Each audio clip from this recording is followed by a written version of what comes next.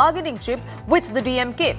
Whether Vijay will agree to actually go ahead with any of these alliances, or at least the AIADMK BJP-led alliance post-poll, that's something that we'll have to wait and watch out for. But one thing is clear as Tamil Nadu heads into elections, that Vijay has changed the conversation in the state's politics. The question though is he going to be the Jana Nayagan of Tamil Nadu? Is he going to be the next political force, or is he a work in progress that faces a steep learning curve? Now, whether he can back that role of a king or a kingmaker, that depends not only on how he treads on the issues that face him today, but also how he takes a stance on certain issues in the future. At the moment, the actor faces mounting pressures on multiple fronts, at least three. First, a CBI summon.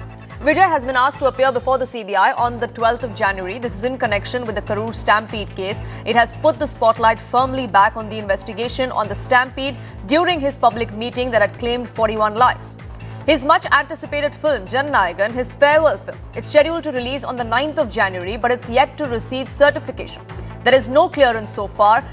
For Vijay and for the producers, the advance bookings are shattering all records. But will that film actually release on 9th? There's still uncertainty over that. And when the producers of the film knocked on the doors of the Madras High Court against this delay, they got no relief. The hearing has been adjourned for tomorrow. In fact, the CBFC has now been asked to highlight what dialogues they had objections to, because reportedly they hurt religious sentiments. So will Vijay be able to trump all of these issues that he faces? Will there be a sympathy wave, as many are predicting, in his favor? Or will this witch hunt vendetta sort of narrative actually echo on ground for Vijay, eventually ending in electoral success for him? Vijay's movie Jana Nayagan has now hit a major roadblock, with the movie still awaiting a censor certificate. The makers decided to approach the Madras High Court for an urgent hearing, saying that they still have 3 days to go. They've made all the changes.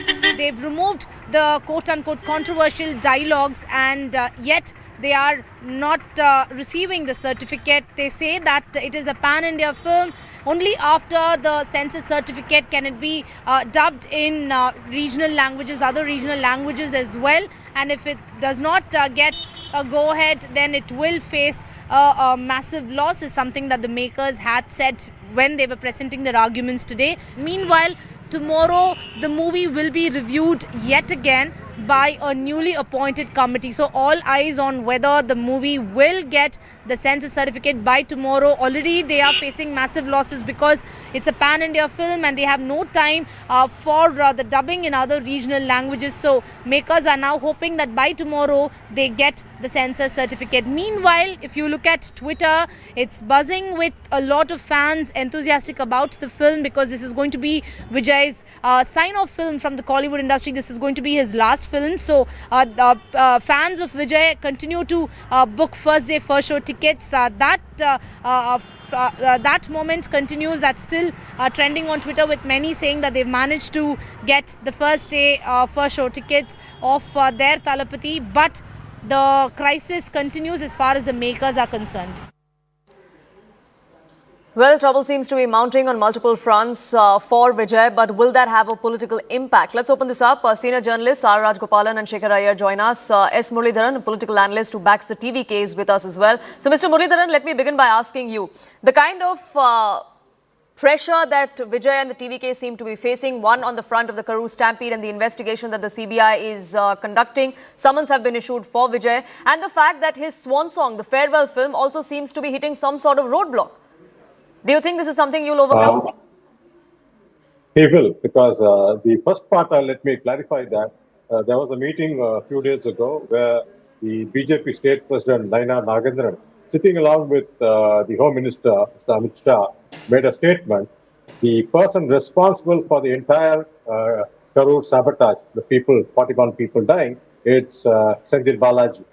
Now, after saying a statement like this, I don't understand why Vijay should fear going to Delhi for the CBI summons. Because it was his party and it was his meeting.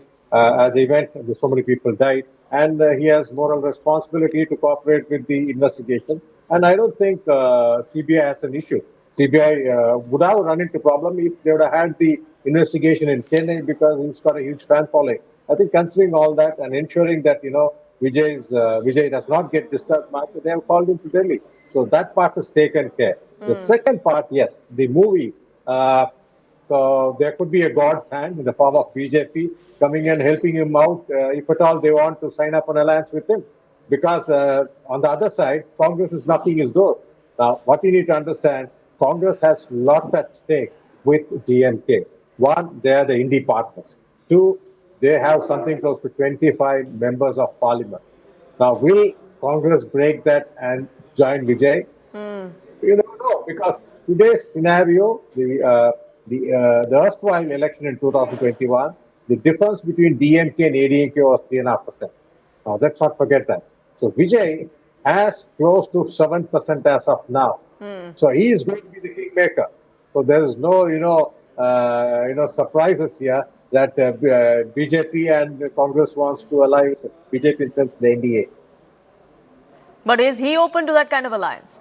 I mean, with the Congress, maybe not, because Congress was probably using this just as a bargaining chip, because their talks with the DMK were also hitting a sort of a roadblock. So maybe that's just speculation and a bargaining chip for the Congress. But what about the NDA? I mean, he hasn't said much about the BJP or the AIADMK. His one-point agenda during all of his public meetings is Mr. Stalin and the DMK.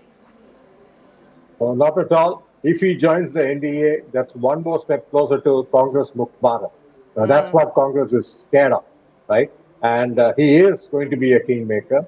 And I don't see, any reason why he should not join any of these parties, because we all know Vijay is new entrant, and he doesn't have the booth level infrastructure like DMK, ADMK. DMK is right now is number one, ADM followed by ADMK. Both of them have some 60,000 workers on either side. Then followed by the Congress, which has something like, followed by BJP. Third is BJP. Fourth is Congress, and fifth is TVK. So he needs support. He needs infrastructure. Probably he needs funds too. So why not ally with any of these national parties and go into the fray? Because he's done. He's done with the movies. He said, "This is going to be my last movie. My career is going to be politics, and I have to do something good for the people." So here he is. And speaking of that message, Shekhar Iyer, the film that his farewell film is Swan Song, that is going to hit the screens maybe on 9th if the certification comes through, or much later. But that's sort of the narrative that the TVK is also trying to build. I mean, the whole plot revolves around an ordinary man trying to be a resistant, reluctant leader who eventually has to take the reins because he's fighting the system. And that sort of narrative is what politically as well the TVK is trying to build, isn't it? Definitely, Poonam, Tamil Nadu has had a history of political cinema, that is, cinema being used as a political tool. Whether it was M.G. Ramachandran or MGR who played the role of a Robin Hood, or all the leaders of DMK, the founders of DMK, they were script writers.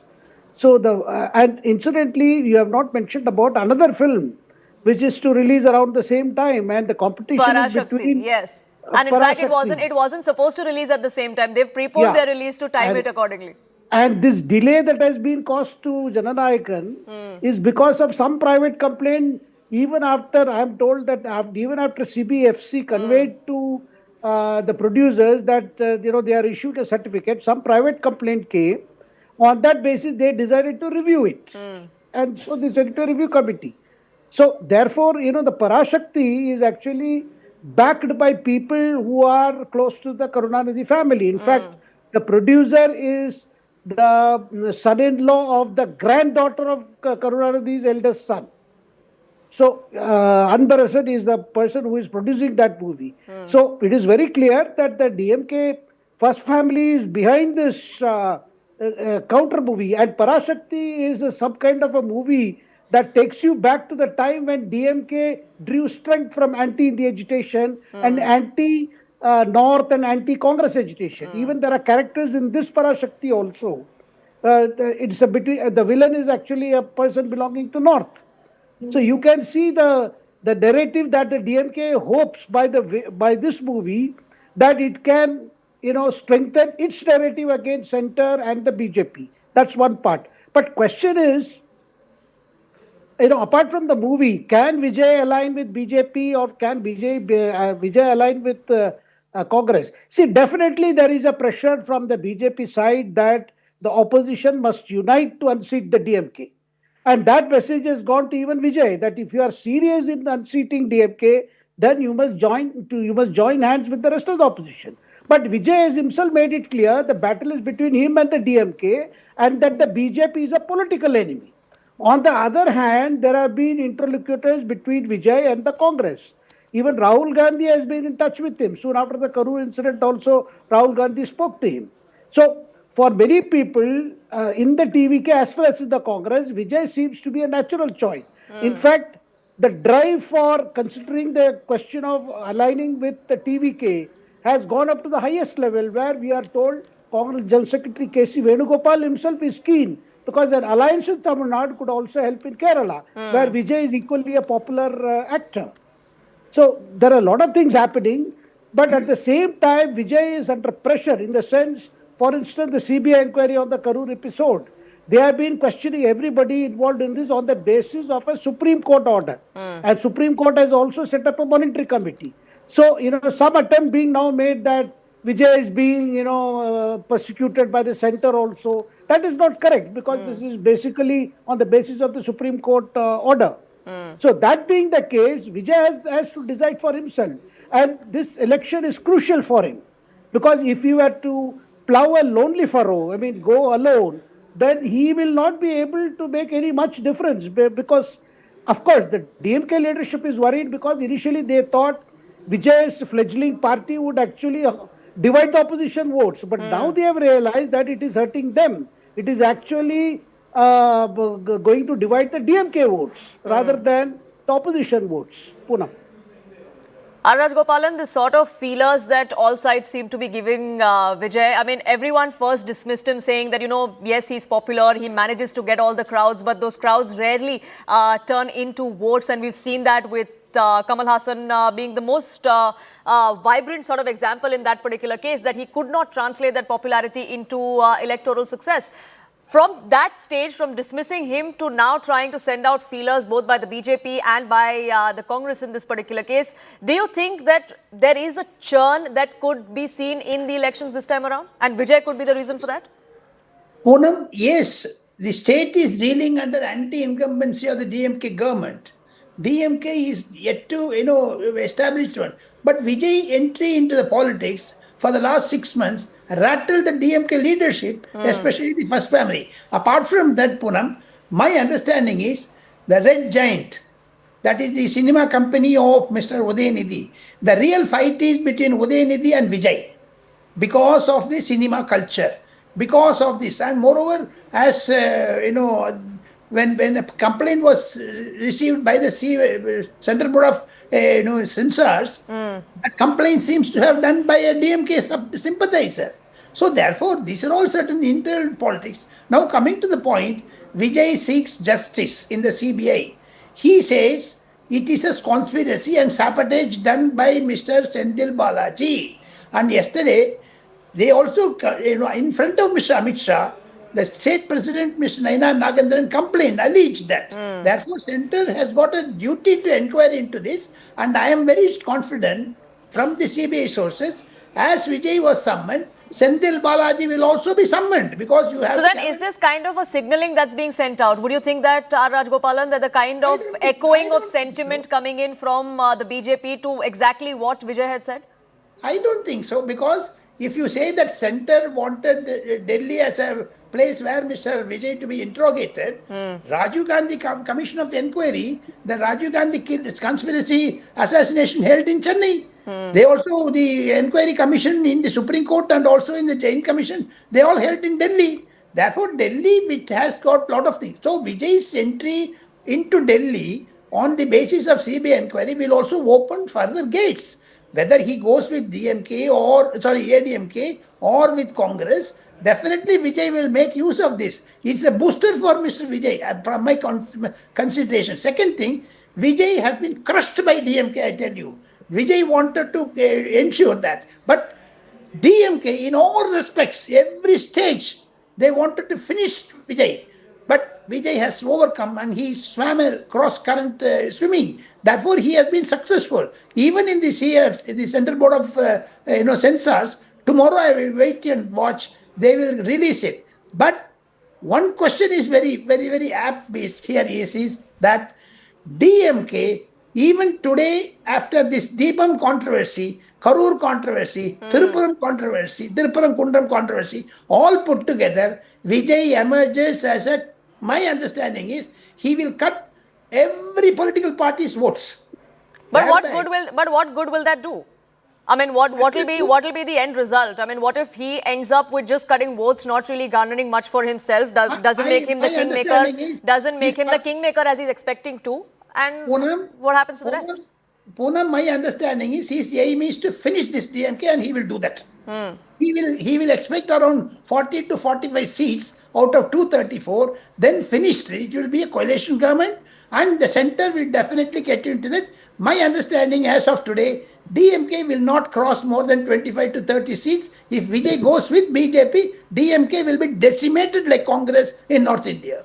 So, Mr. Muralidharan, then, is Vijay open to these kind of alliances? I mean, like Shekhar Iyer was also saying, that it seems like BJP is a political enemy.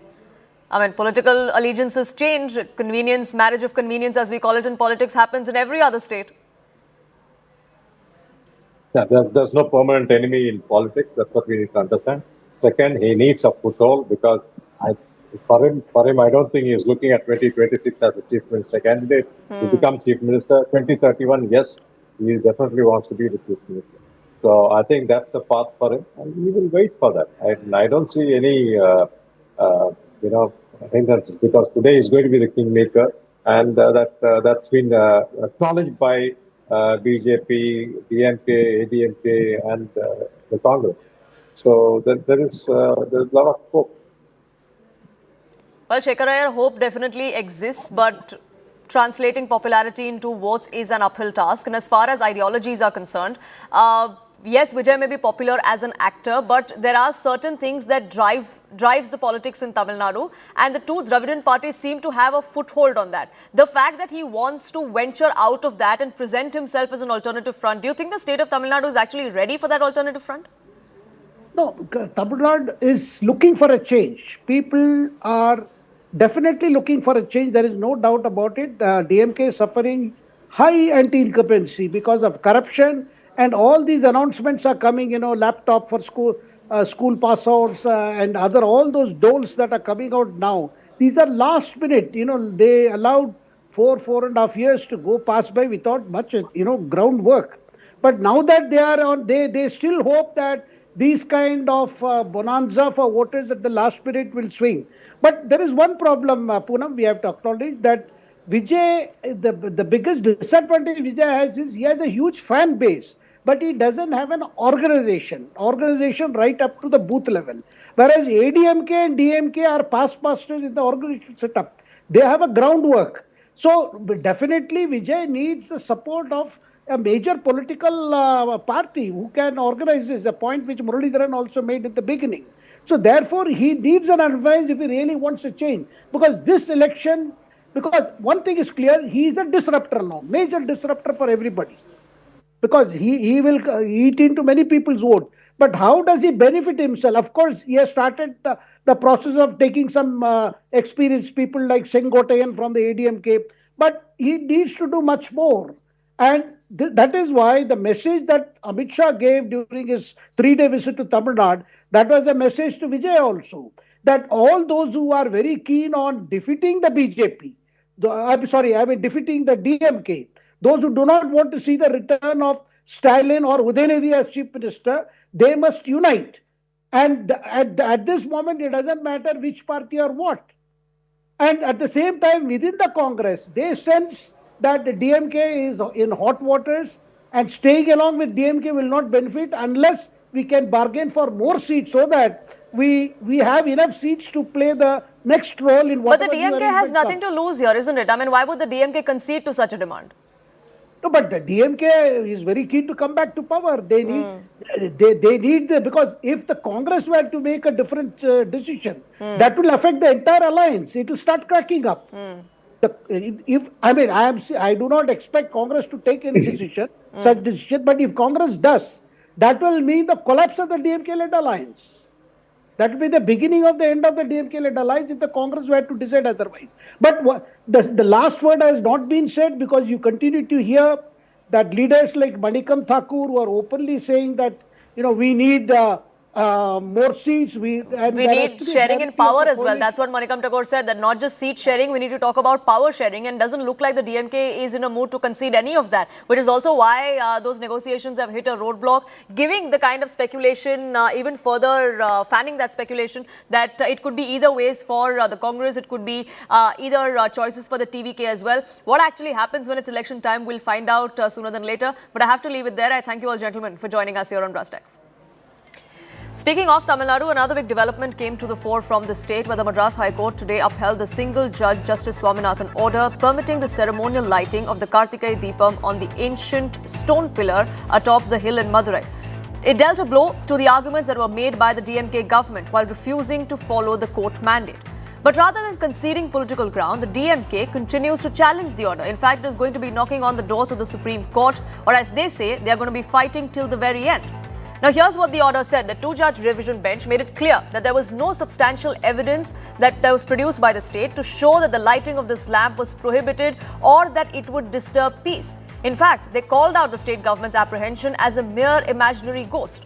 The order says there is no scriptural prohibition against lighting the Deepam at all, and that the Deepatun stands on the Devasthanam temple land, which is why the minority community in this case, or the Dargah, has no claim.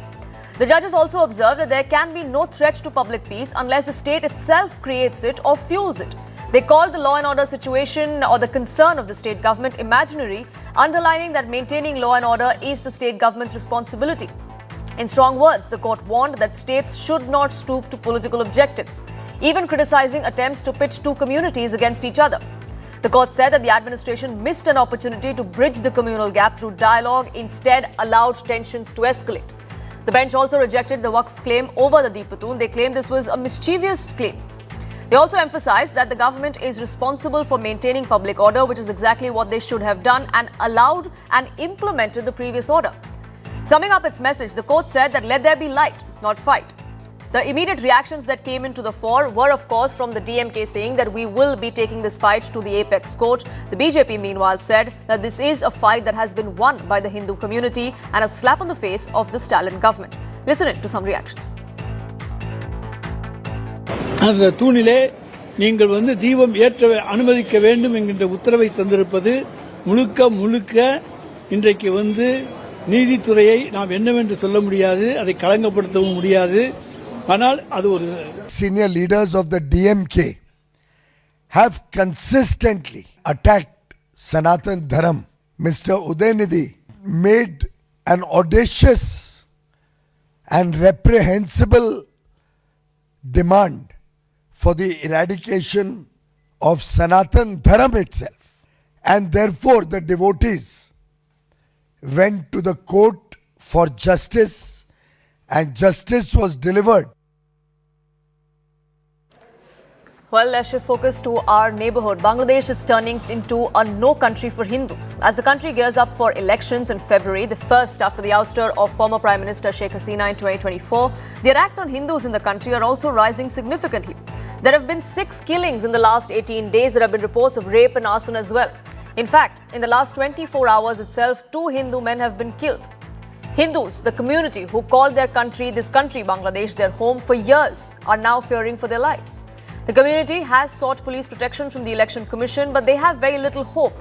Even as police protection has been increased at several places, including the Dhakeshwari temple, members of the Hindu-Buddhist Christian Unity Council that are based in Dhaka have now gone underground. Hindus have been removed from top posts in judiciary and education. Is the Islamization of Bangladesh now complete? The whole issue about Hindus being targeted in Bangladesh, that's become a big political issue back home in India, and I think that's the reason why this whole cricket thing. I think this is a totally misinformation. Disinformation being it is. I don't know the Indian media, why are they doing it? In Bangladesh, in fact, very few incidents have happened after the 5th August. There in the beginning there were few incidents, but after that there was no such incident. Only recently, one individual, he was worker in a workshop, and Tipu Chandra Das, Khokon Das, then that's some more person, a woman being gang raped. I tell you, these are not political issues. Every day, a lot of Muslims are also being killed. A lot of Muslims are also being Muslim women are being gang raped or raped. So you cannot make it like Hindus or Muslims. This is the overall scenario of the law and situation of the country. It may be small instances for this BNP leader or media exaggeration, as the Yunus administration put it, but the fear on ground is real. And why wouldn't it be? Just in the last 18 days, just in the last 1 month, there have been at least 6 such instances that have come to the fore, starting from 18th of December, where Deepu Chandra Das was lynched to death over false charges of blasphemy. Those charges have not been proven any time yet, but there was a mob that pulled him out of the garment factory that he was working in, lynched him and then burnt him. Then on the 24th of December, Amrit Mandal was beaten to death by a crowd in the Rajbari district. A few days later, on the 30th of December, Bajendra Biswas was then shot dead. December 31st, as we wanted to welcome the new year, unfortunately, there was anything but a happy new year for people, or at least the community in Bangladesh. Khokon Chandra Das was beaten and stabbed in Shariatpur. Then on the 5th of January, Rana Pratap Bairaji was shot dead in the Jessore district. And now, a day later, or in fact, on the same day, a Hindu widow allegedly gang raped, tied to a tree, her hair cut off. This happened in Kaliganj. And a day later, another killing coming to the fore. Sharat Chakrabarti attacked with sharp weapons, all of which has now been taking place under Yunus's watch. But all we have heard are either platitudes or complete denials and dismissals. I see largely over here, this is called the Jagannath Hall. Right? Yeah. So you have students who belong to, say, Hindus, Muslims, all Hindus and Christians, all of them living together. Buddhists also. Buddhists also. Outside this is a different world. There are unfortunate stories which come out of minorities being targeted. Does that bother you as a student? As a student, I feel really unsafe because nowadays there are some extremist people who are actually very extreme to the religion, like Hindus.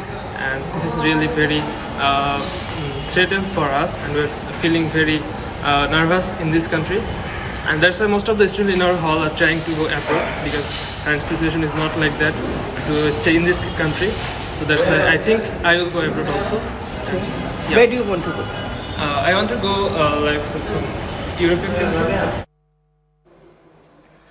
So let's open this up. Pinak Ranjan Chakravarti, former Indian ambassador to Bangladesh and former secretary of the MEA, is with us. Dr. Mohammad Habib Millat, former member of the parliament in Bangladesh. And Salahuddin Shoaib Chaudhary, a Bangladeshi journalist, will be joining us shortly. But Dr. Millat, let me ask you this. Why is it that we're seeing this kind of spurt of hate against the Hindu community in Bangladesh? I mean, ever since the ouster of Sheikh Hasina, and more so in the last 2 or 3 months, there is complete free run to this Islamist kind of mob against the minority community. You are absolutely right. If you see the uprising or whatever revolution was in August last year, about more than 2,400 incidents has happened against the Hindu minorities, whether temple attack or attack on the property or whatever human right violation, that sort of incidents have happened. As far as only not these 6 people has died over the last few days. If you see from when Dr. Yunus took over, more than 30 Hindus have been killed in mob lynching, or unusually they killed them. And on the other hand, they have taken their property, they are threatening them every day, and extortion is a common phenomenon in Bangladesh at the moment. As you see, it's happened because of this government is directly supporting to the religious extremist, Hizbut Tahrir, Jamaat Islam, Ansarullah Bangla team. They are directly supporting them. And there's few band organizations are doing demonstration in Dhaka in front of the law enforcement authority, in front of the army. Nothing is happening. As you know that during July, August, there was more than 7,000 prisoners, those who are guilty for different reasons have been released. And after that, 300 Islamist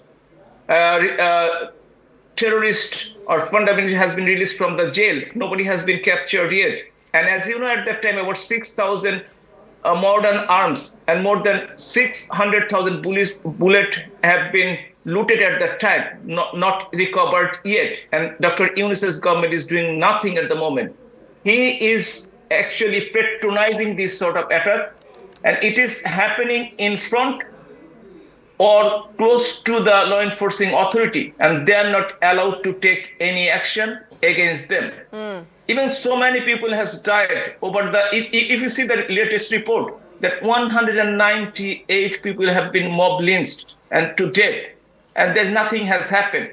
There are 637 people died from August 2024 to June 2025, July 2025.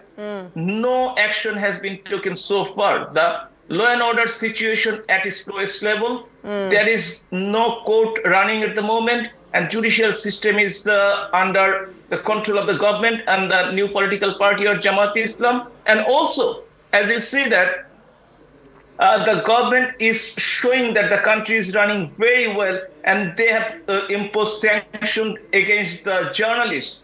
They have the mob has taken over ownership of the few national newspaper, even TV.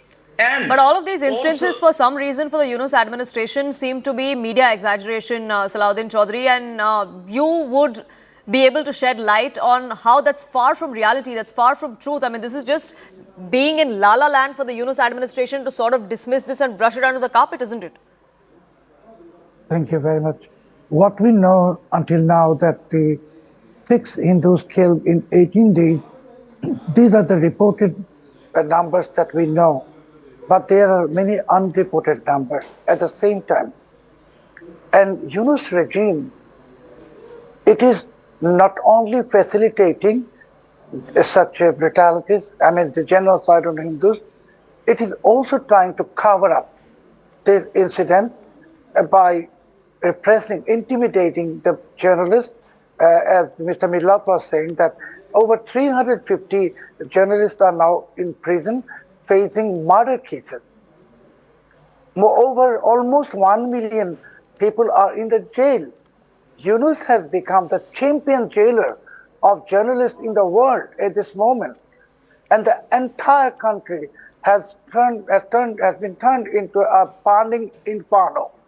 And as to Hindus, the situation is no better than when during the Second World War, when the Nazi forces were hunting Jews.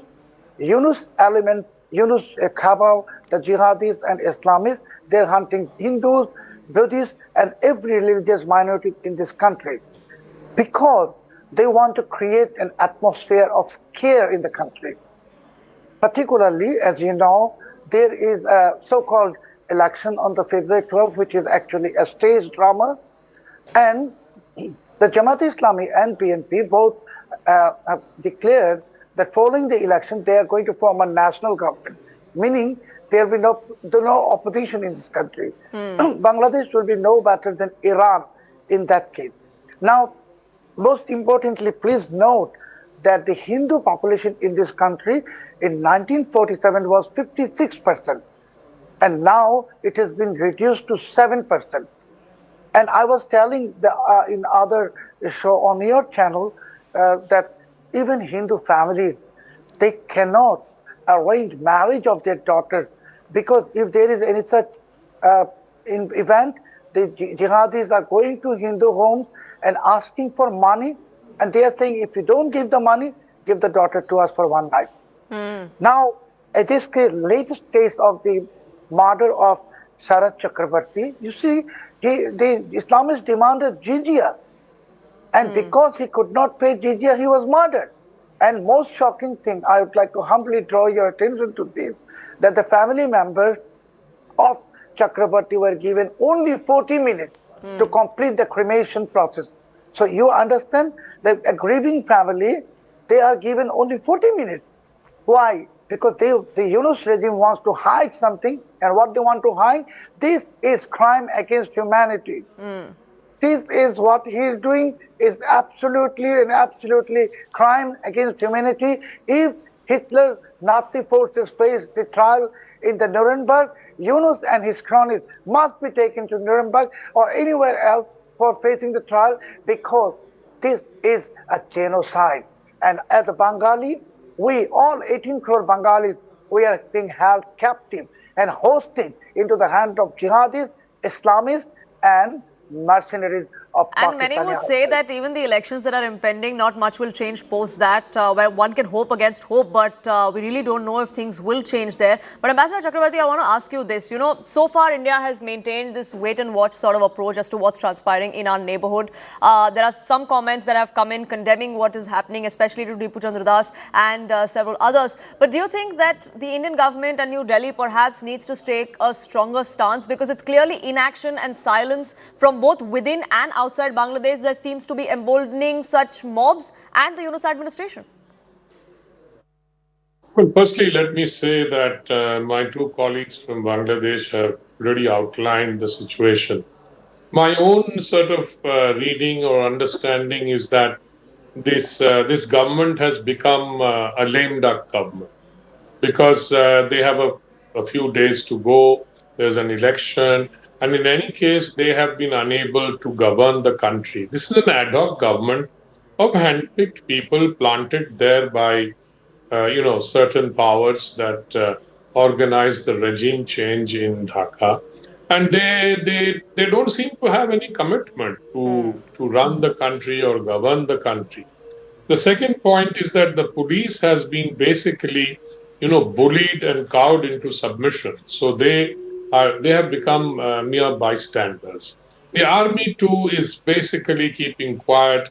They have also been cowed into submission and told that if you react, if you act, you will, certain things would happen, which the army does not want it to happen. So anyway, this is the atmosphere of fear that is prevalent there. Now, the question you asked is about what India should be doing.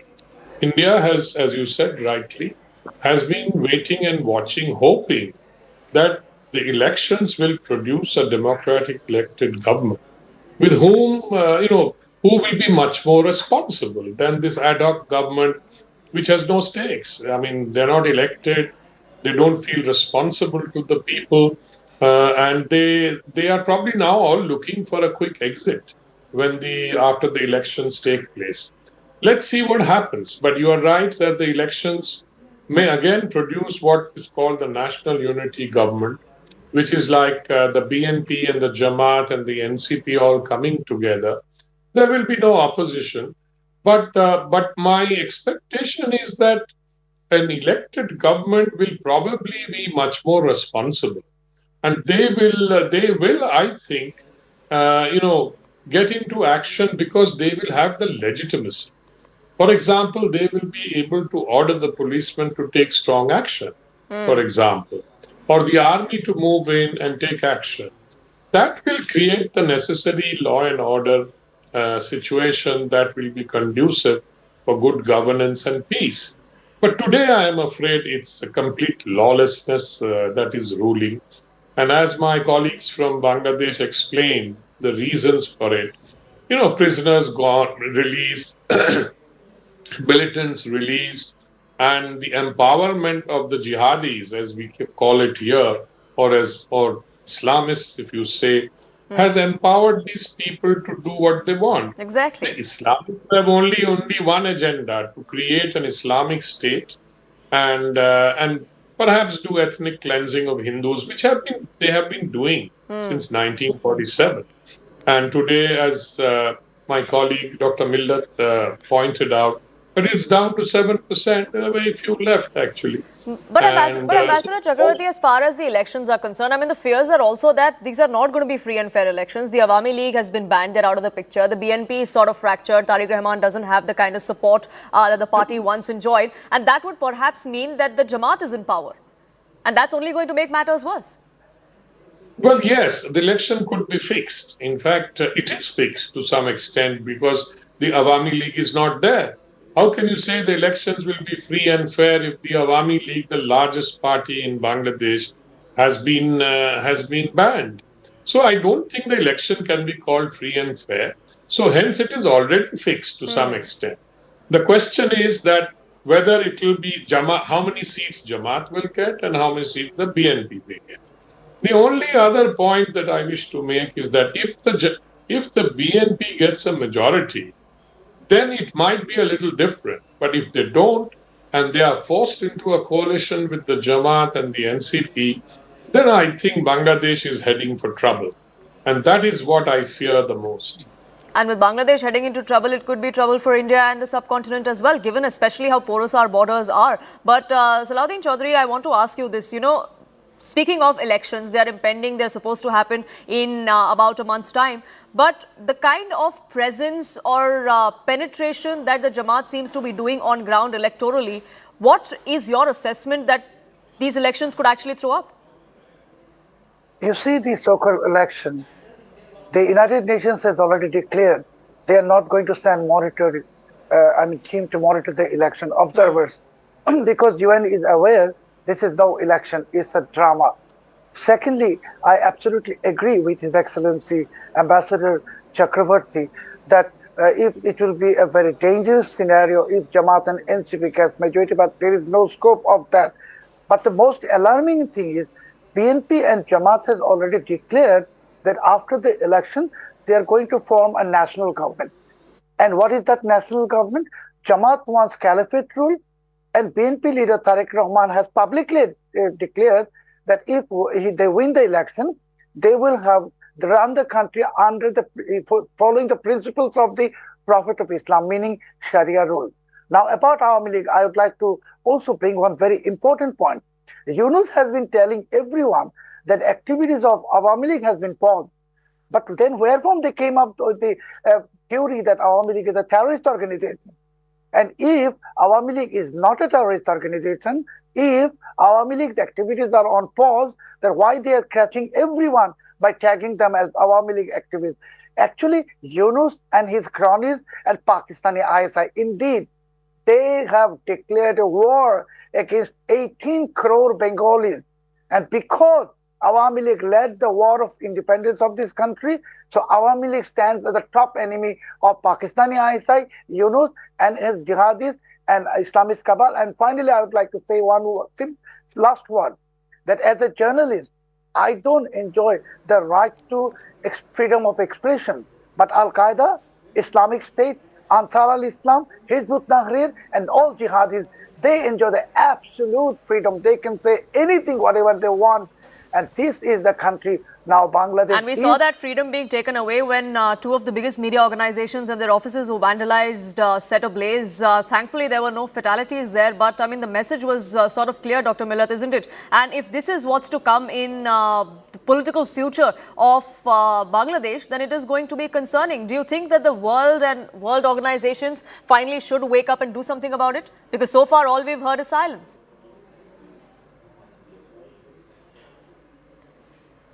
Dr. Millat, I believe you're on mute. If you could just unmute yourself.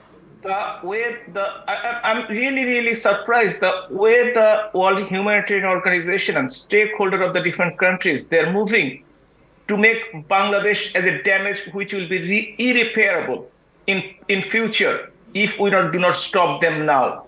As election you're talking about, how do you expect a free, fair election that 50% of the voter will not turn up because of Awami League and 14-party alliance? Also, another party, Kishore Shramik Party, is not participating in the election.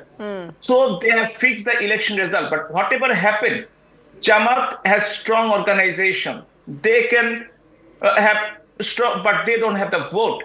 Maximum, we are thinking that they will get probably 20 seats out of 300. Now we are thinking they might get up to 60 to 70. NCP will not get any seat at all. They don't have any popularity, and they don't have any. Even it will be difficult for them to participate in the election. Although Jamaat and other parties are supporting them, at the moment, as because of Awami League is not there, BNP will have a easy win. But as you saw the past, we cannot say Jamaat and BNP is different.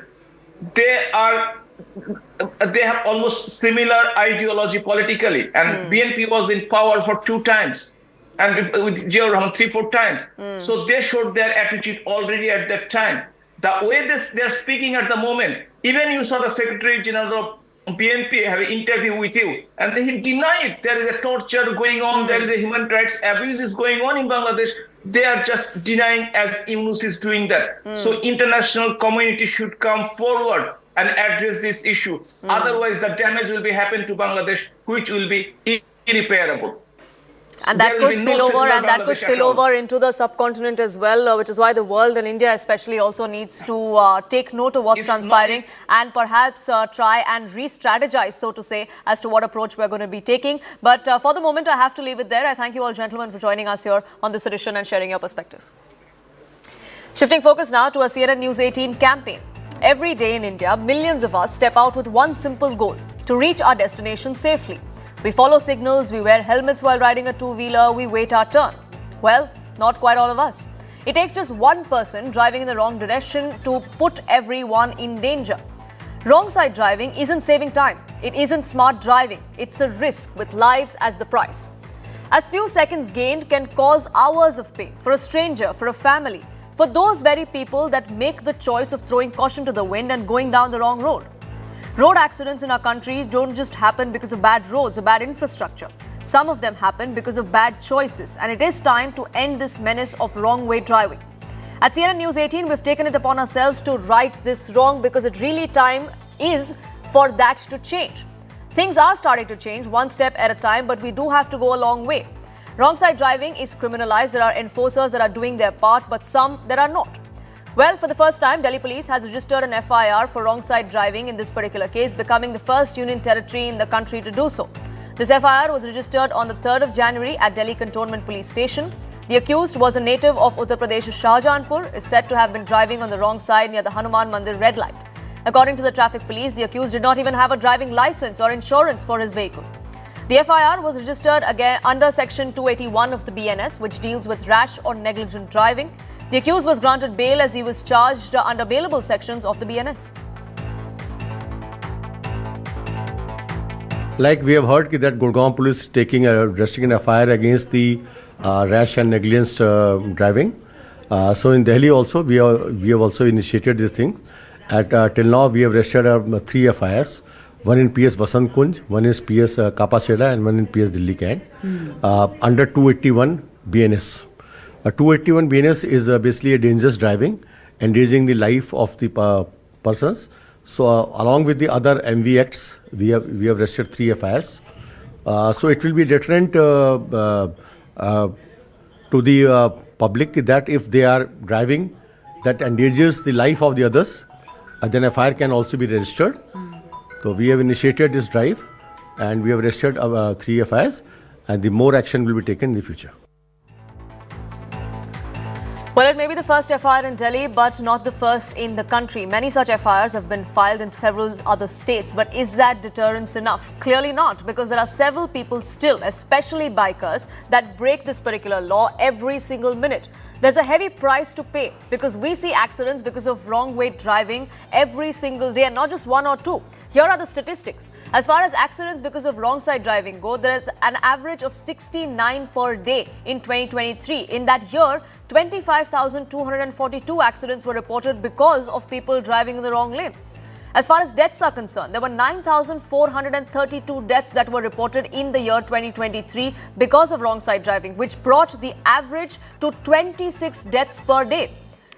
Should the punishment then be harsher? Because it seems like the law that exists is not deterrence enough.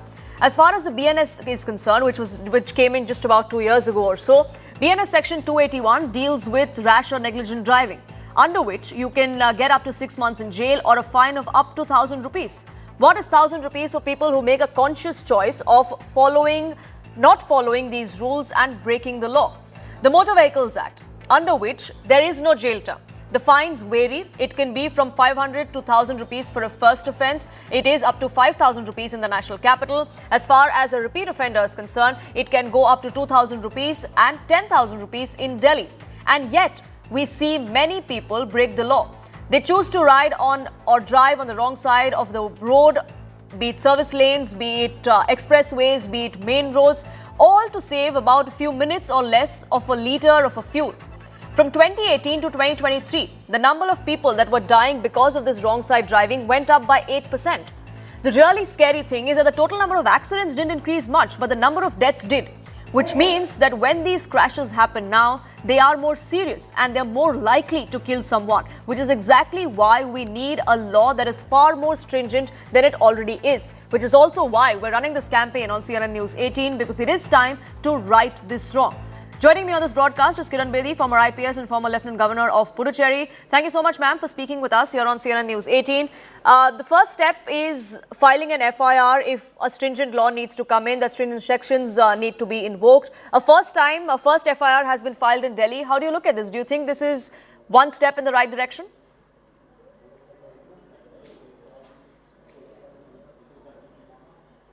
It needs to be situational. And if it leads to these kinds of grave consequences, it does. But it's situational. Every case stands by itself. But I do believe that it has to be certainty and surety of punishment. And some of the biggest punishment possible. So that it acts as a deterrence. Dar paida nahi hoga, to kaam nahi hoga. You have to create that fear and certainty of instant punishment. So number one is not only the arrest, but also because he gets bailed out very soon. Exactly. And therefore, it should be a very heavy penalty, both financial penalty and criminal liability. Exactly what I was going to ask you, that even in this particular case, because it's a bailable section, the rider got bail immediately. And that's clearly why we keep seeing such instances happen again and again. Even if you get booked, you get bail immediately. That's exactly the reason. But the point is, this is exactly case to case. I think there has to be an element of where the bail should be held back. But as I said, financial liability, financial fine should be so heavy that it really hurts you. But why do you think that there's no fear of the law? I mean, is it just the fines, or is it just some sort of mindset change that's required? Because yes, it's about enforcement, but it's also about the individual who's making this choice, isn't it? Why do you think there's no fear of the law? Minimum detention for some months together in imprisonment and very heavy financial fine. So that means you have to go back to his sources of income and then see how does he get compensated. He must feel the financial pinch. So it's both ways, both custody and financial fine. Ms. Bedi, you know, there are these campaigns that keep running. We see traffic police departments, the governments of several states also run several campaigns. You've done that in the past as well when you were here in the national capital. But do you think these campaigns actually achieve anything? Do you think that's the way forward, or something more needs to be done? Habits will not change unless there's a fear, unless there's a heavy fear. No campaigns have worked much. It's just about information and awareness. I've not seen very heavy. So while we must continue to do campaigns as well. Sure. So campaigns go a certain way, but we have to find a way to right this wrong, to get action really speed up on ground. And that's what we aim to do here on CNN News 18. But it is a wrap from my side here on this edition of Brass Tacks.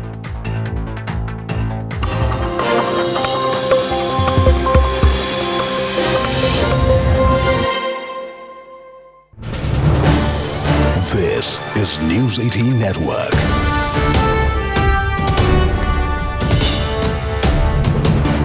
India's largest news network. Dasad Abbas, I'll just give you 30 seconds. Syed Asad Abbas, I mean, come on, let's be the voice of reason. At the end of the day, I know you take a stand against. I know you take a stand against the BJP time and time again. But a High Court has said that the Deepathun should be lit. The state government is brazenly saying we will not allow it. Ayushman Saab, I've always believed with great power there's great responsibility and equal accountability. The fact I've taken a stand against the Bharatiya Janata Party is because I have wonderful friends who are Hindus. My best friends are Hindus. It is absolutely unfair, uncalled for, and indecent and morally wrong when a political party like a Bharatiya Janata Party uses our wonderful brothers of Hindus and Hinduism as a vehicle, as a political tool. The fact of the matter, let us understand the history of this place. Thiruparankundaram Hills has been sacrosanct with the Subramaniam Swami temple and the Sikandar Badusha Dargah. And I can tell you, many of my friends who visited the Sikandar Badusha Dargah have also gone to take the blessings of Subramania Swami temple. There is absolutely no animosity between them. Well, trouble seems to be mounting on multiple fronts for Vijay, but will that have a political impact? Let's open this up. Senior journalists R. Rajgopalan and Shekhar Iyer join us. S. Muralidharan, a political analyst who backs the TV case, with us as well. So, Mr. Muralidharan, let me begin by asking you, the kind of pressure that Vijay and the TV case seem to be facing, one on the front of the Karur stampede and the investigation that the CBI is conducting. Summons have been issued for Vijay, and the fact that his swan song, the farewell film, also seems to be hitting some sort of roadblock. Do you think this is something you'll overcome? He will, because the first part, let me clarify that. There was a meeting a few days ago where the BJP state president, Jana Nayagan, sitting along with the Home Minister, Mr. Amit Shah, made a statement. The person responsible for the entire Karur sabotage, the people, 41 people dying, it's Senthil Balaji. Now, after saying a statement like this, I don't understand why Vijay should fear going to Delhi for the CBI summons, because it was his party and it was his meeting. As he went, so many people died, and he has moral responsibility to cooperate with the investigation. And I don't think CBI has an issue. CBI would have run into problem if they would have had the investigation in Chennai, because he's got a huge fan following. I think considering all that and ensuring that Vijay does not get disturbed much, they have called him to Delhi. So that part is taken care. The second part, yes, the movie. So there could be a God's hand in the form of BJP coming and helping him out if at all they want to sign up an alliance with him. Because on the other side, Congress is knocking his door. Now, what you need to understand, Congress has lot at stake with DMK. One, they are the indie partners. Two, they have something close to 25 members of parliament. Now, will Congress break that and join Vijay? You don't know, because today's scenario, the erstwhile election in 2021, the difference between DMK and ADMK was 3.5%. Now, let's not forget that. So Vijay has close to 7% as of now. So he is going to be the kingmaker. So there is no, surprises here that BJP and Congress wants to ally with BJP since the NDA. But is he open to that kind of alliance? I mean, with the Congress, maybe not, because Congress was probably using this just as a bargaining chip, because their talks with the DMK were also hitting a sort of a roadblock. So maybe that's just speculation and a bargaining chip for the Congress. But what about the NDA? I mean, he hasn't said much about the BJP or the AIADMK. His one-point agenda during all of his public meetings is Mr. Stalin and the DMK. Not at all. If he joins the NDA, that's one more step closer to Congress Mukh Bharat. That's what Congress is scared of, right? And he is going to be a kingmaker.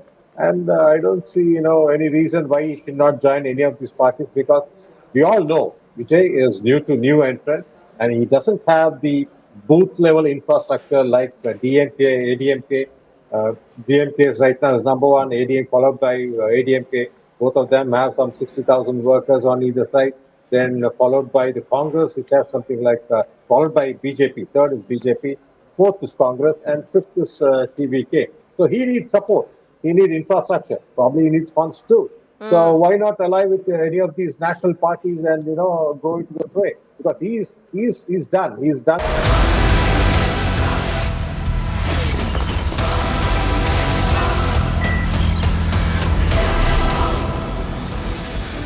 Viewers, tonight's story is not just about lighting a lamp. This is about lighting up a fault line between faith, the judiciary and the state. What began on December 4th as devotees being stopped from lighting the Deepatum spiraled into clashes with the police, detentions on the streets, and a political storm